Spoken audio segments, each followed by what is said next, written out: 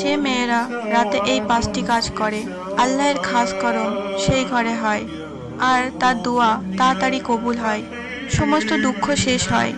প্রথম কাজ, রাতে ঘুমানোর আগে মুখ ধুয়ে ঘুমাবে। কেননা যে মেয়ে রাতে মুখ ধুয়ে ঘুমায় ও দাঁত পরিষ্কার করে ঘুমায়, তো আল্লাহর ফজলে ঘরে রহমত ও বরকত ফারিস্তা আসতে থাকে। দ্বিতীয় কাজ, খুশিতে ও শান্তিতে আল্লাহর শুকরিয়া করে ঘুমাবে। কেননা মেয়েদের রাতে শুকরিয়া করে ঘুমানো, আল্লাহর উপরে ভরসা রেখে ঘুমানো, কালকের দিন আজকের দিন থেকে ভালো হবে এই ভেবে ঘুমানো। গায়েব থেকে রিজিক ঘরের দিকে আসতে থাকে। তৃতীয় কাজ, নোংরা বাসনপত্র পরিষ্কার করে ঘুমাবে।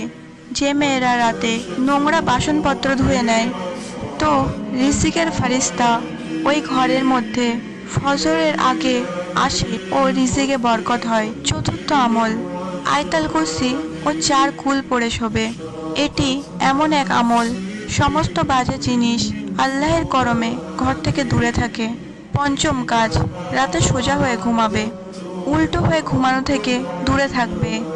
যে মেয়েরা এই 5টি আমল করে তাহলে তার সমস্ত দোয়া কবুল পাবে, সমস্ত মুসিবত থেকে দূরে থাকবে, আর তার ঘরে গায়েব থেকে রিজিক আসতে থাকবে।